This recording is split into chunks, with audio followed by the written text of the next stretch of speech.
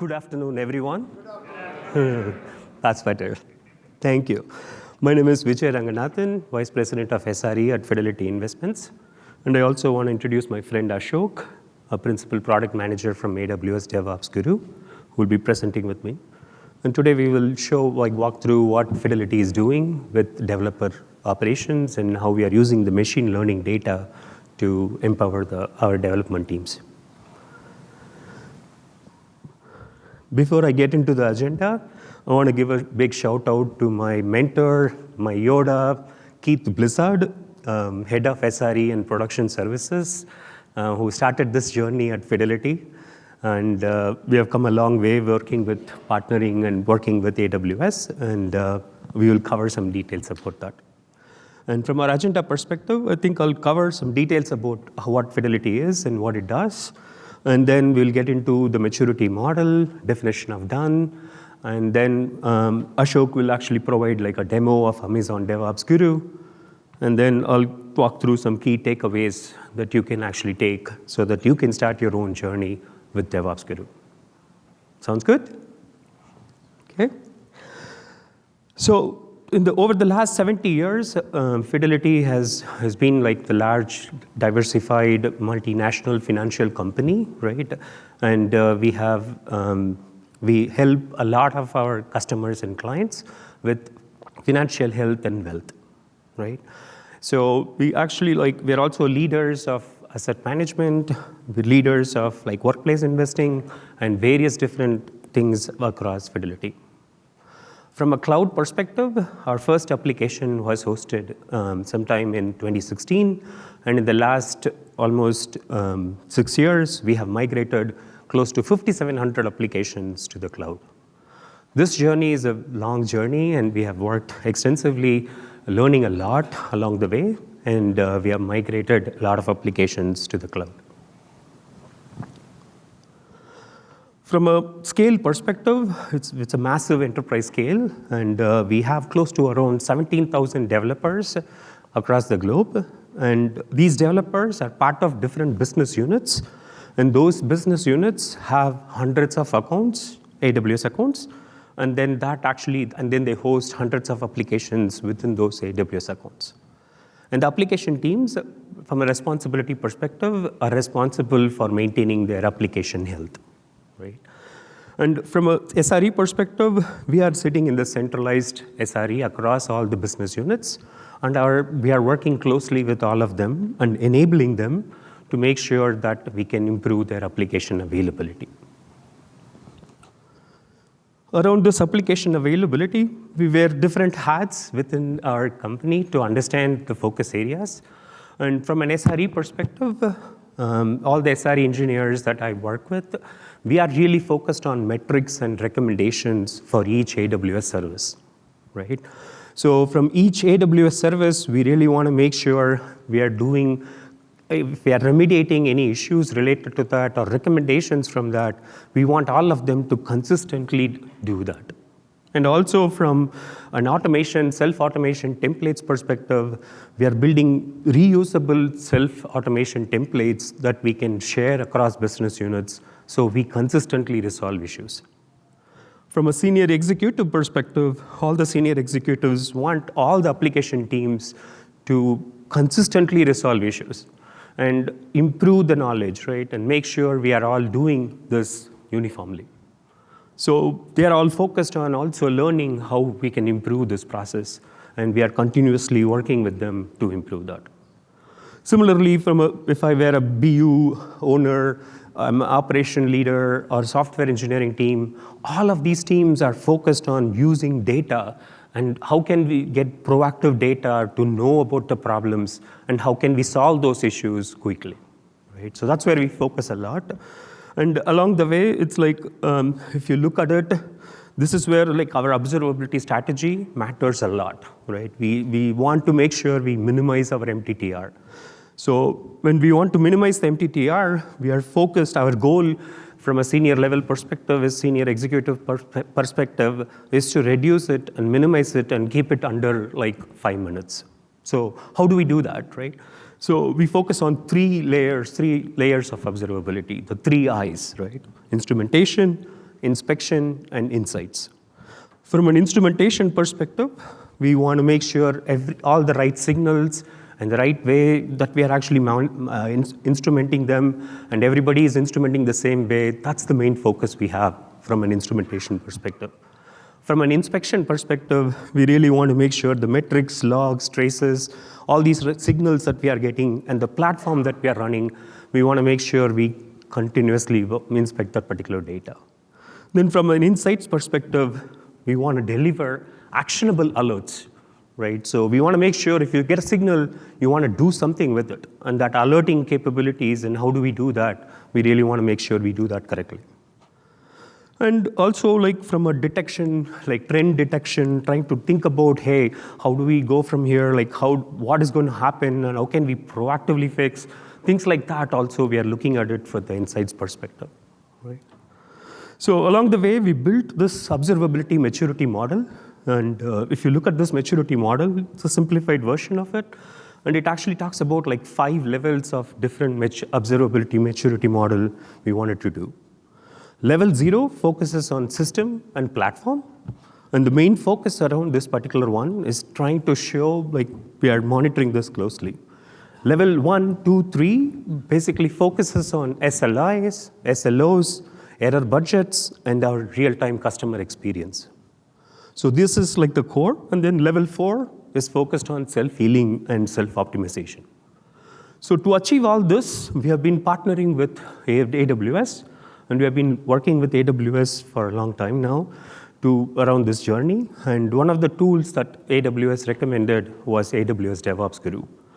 This AWS DevOps Guru is using machine learning data and using data to resolve issues. So that's why we were very interested.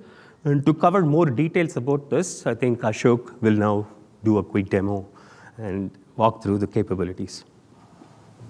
Thank you. Thank you. Thank you, Vijay.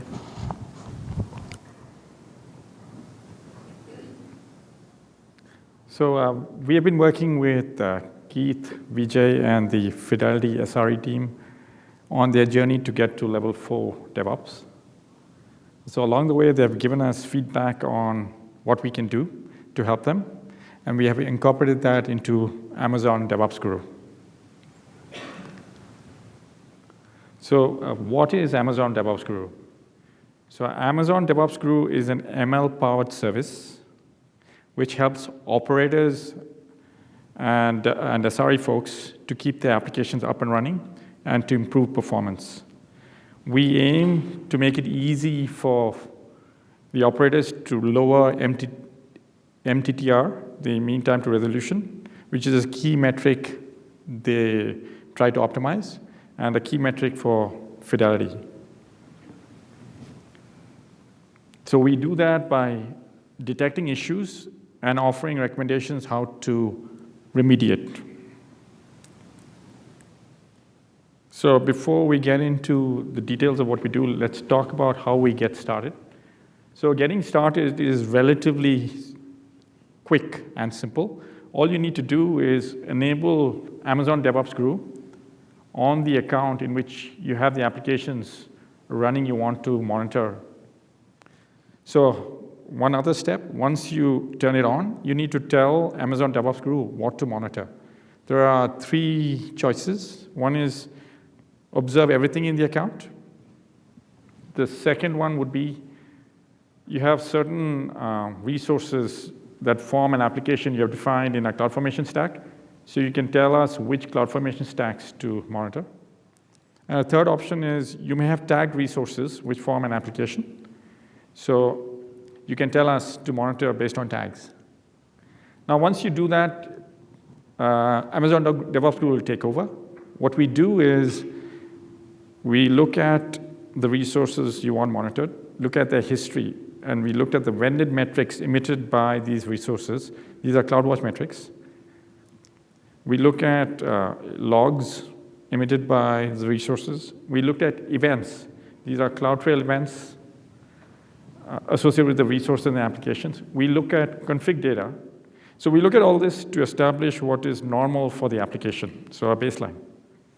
Then what we do is we look at deviations from the baseline, which are anomalous, and which are significant enough that it needs attention, so you need to fix something, and we flag you for it.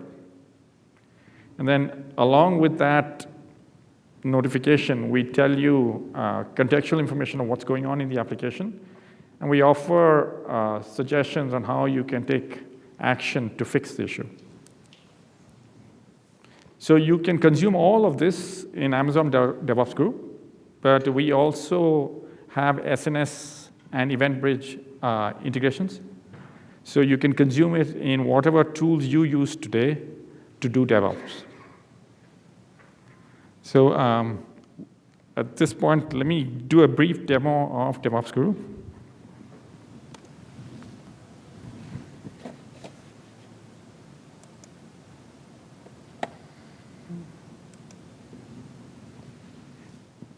Okay, so this is the Amazon DevOps Guru dashboard. So I will briefly cover how you can get started on Amazon DevOps Guru. Then we will talk about the dashboard itself. And then we will take a look at a couple of insights together to see what we produce. So Vijay mentioned the 3 I's of observability. Instrumentation, inspection, and insights. So to get started, you need to instrument DevOps Guru. You need to tell DevOps Guru what to monitor. So you can do that in the Analyze Resources tab here. Now, this is an account which is already enabled with DevOps Guru. You can see that we are monitoring 97 applications in this account. And these 97 applications have 12 different kinds of services. These are services like Lambda, API Gateway, DynamoDB. And there are 208 resources. Now, we have listed what is being monitored by resource and stack, because that's how we specified them. Now, if you want to change it, or if you want to get started, you can edit what is being monitored. So you can tell us to monitor everything in the account. You can tell us to monitor resources that belong to particular CloudFormation stacks, or resources you have tagged. I'm not going to make any changes here, so let's just continue with the setup. So in the settings, you can tell us the SNS topics you want these insights to go to, and you can use that to integrate with third party. We have integration with AWS Systems Manager, so you can use Ops Center to act on the insights if you choose. Now, if you are using Lambda for building your application, you can enable DevOps Guru to monitor your Lambda logs. And why that is useful, if there are issues in your application due to Lambda, the logs will give you a rich contextual data about what is the issue. And lastly, we have a deeper integration with RDS. So if you are using RDS databases in your application, we can enrich those insights with deeper database level insights to help you troubleshoot.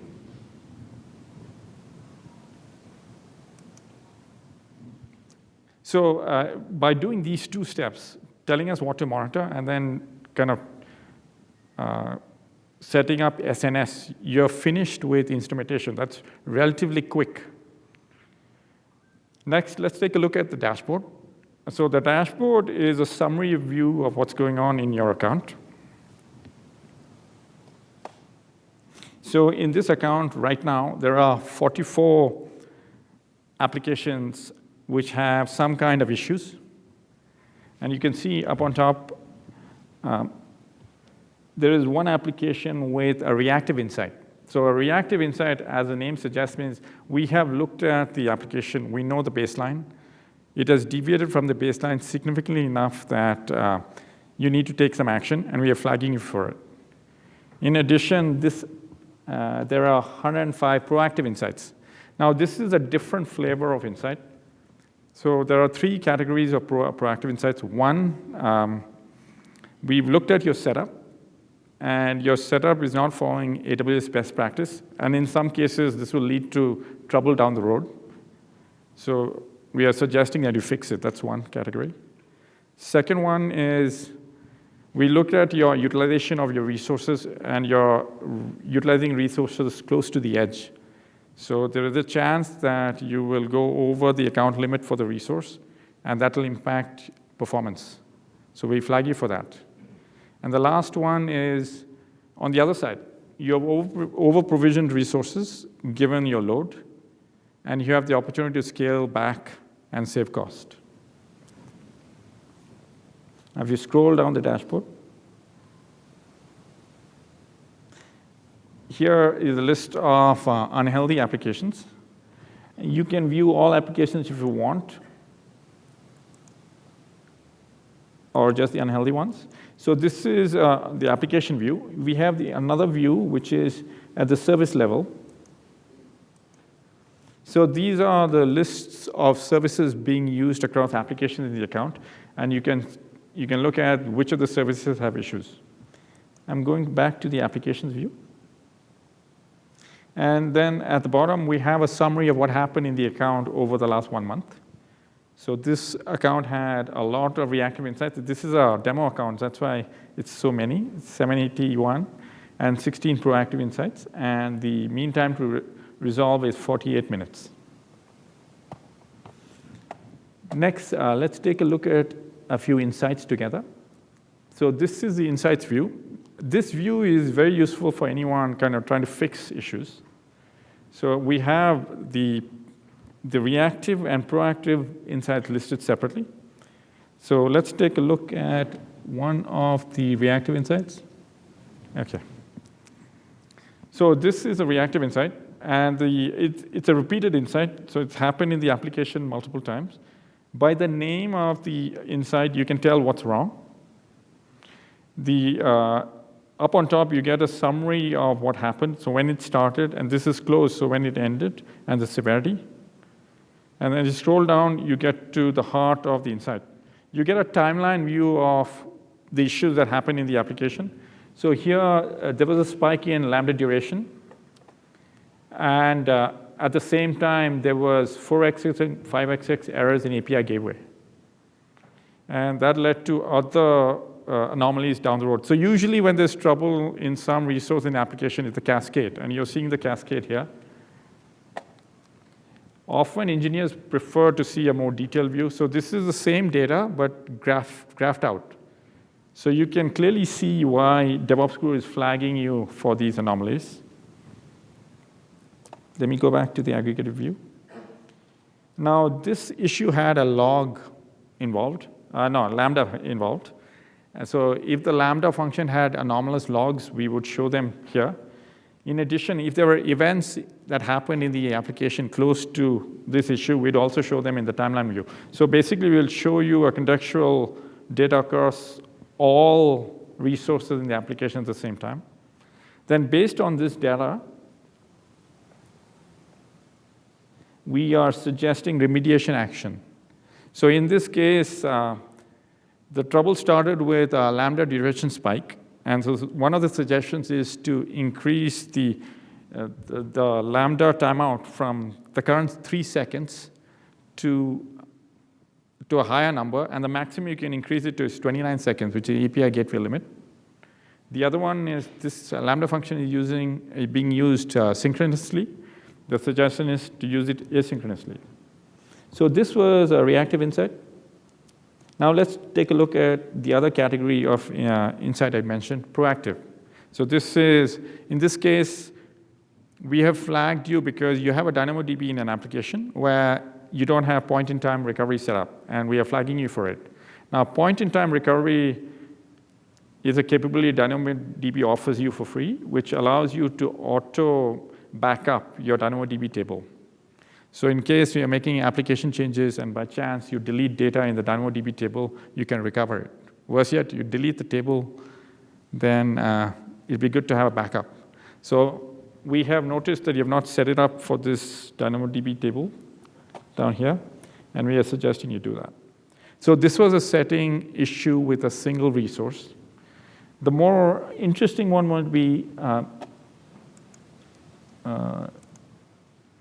this one, which is you have a Lambda function. So this is across two resources. You have a Lambda function connected to an SQS. And we have noticed that you have not set up a dead letter queue. And we suggest you do that because if the Lambda function is not able to process the SQS message, it'll retry. And basically, you're going to consume a lot of Lambda resources. Instead, if you have a dead letter queue, then you can set up the number of retries. And after that, the message will be processed by the central dead letter queue, freeing up the Lambda function. The last kind of insight we will look at is the one where you have not provisioned enough. So this is a Lambda function you have provisioned for concurrent executions, but the load you're processing is more than you planned. And you can see this graph shows you the spilt over invocation. So you're running this Lambda functions in a spilt over state. So we have looked at your traffic, and then based on that, we are suggesting that you increase the provision concurrency to 4 so that you're not spilt over. So what we have done is we have walked you through a few insights across issues in the application. And we provide you contextual data and then actions you can take to fix. So now I'm going to turn the presentation back to Vijay because Fidelity plans to use this data in their systems to try and remediate issues quickly and try and get to level 4. Vijay? Thank you, Ashok.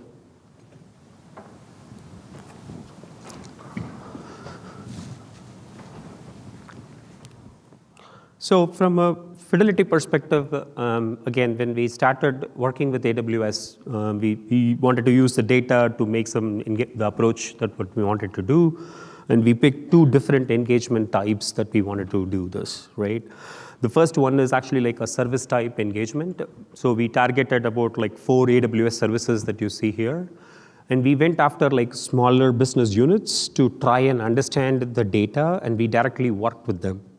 The idea was to look at the cases and see what recommendations we can apply and how we can prove the value for that particular engagement. Similarly, from a production perspective, if we also looked at the second approach to make sure like we targeted 2 different business units, and our idea was to go after 2 AWS services, start small, and prove the value, right? So this way, we are kind of slowly building this. And again, I love building blocks with my daughter all the time. So similar to that, we are actually kind of building this one by one to prove the value, right? So from an issues and recommendations perspective, similar to what Ashok touched on, like several ones that are there, right? So how many of you have experienced AWS limits issue? Okay, almost 80%, that's not bad, that's good. Others are either watching their cell phone still? Yeah, okay, good. So from an issues and recommendations perspective, like the EKS is a very good one that we had, like again, as I touched on before. From an EKS perspective, we noticed some things, and whenever we have issues, we set up auto scaling, and we actually used our automation platform to basically kick off that and then remediate the issue. Similarly, from a queuing perspective, I think Ashok touched on the dead letter queue one, right? So the message retry and the message processing and the cost that's involved in that, it's really high. So this one is like a best practice pattern. From a pattern perspective, we really wanted to go after this one, and we actually did that consistently. Because we have a lot of development teams and a lot of accounts that I mentioned earlier. So if you think about the scale that we have, these are some of the core ones that we decided, and we went after this, right? From a limits perspective also, we had another one for Lambda. We did something similar. So if you look at this particular chart, this kind of shows all the ones that we have and across the services, taking smaller bits again, and then actually like doing proper steps along the way. So from an integration perspective, we really focused on 2 integrations to start with. We use ServiceNow primarily. So from a ServiceNow incidents perspective, we established that integration. I think Ashok touched on the integrations via SQS. So the same thing that we have, we established that and had that connection back to ServiceNow. Similarly, from the automation perspective and the auto healing that we are talking about at the beginning, right? We also established that for EKS, and we were able to scale up and do that, and that was the second integration. So this established things to our automation platform, and as I was saying before, the reusable templates that we wanted to build and use it across business units, that's what we were focused on, and we were using that, right? So to kind of conclude, right, like key takeaways from this presentation is like more self-healing automation, using the platform and using the data, like the proactive and reactive insights data that like Ashok walked through, right? Use the data and basically go after. In case of Fidelity, we started with 6 different AWS services, and now we are adding 3 more. The RDS one that Ashok mentioned also, we are starting that one. We are sharing our learnings, our techniques, whatever we are doing across all the business units and bringing them along, right? And making sure that we are doing the same fixes appropriately, consistently, right? That's our main focus around this whole part. I want to thank all the AWS team that has been working with us very closely, and also the Fidelity SRE teams who have done a lot of work around this and working with business units to do this part. So with this, I think we're ready to take any questions you have, and thank you again for coming to our session.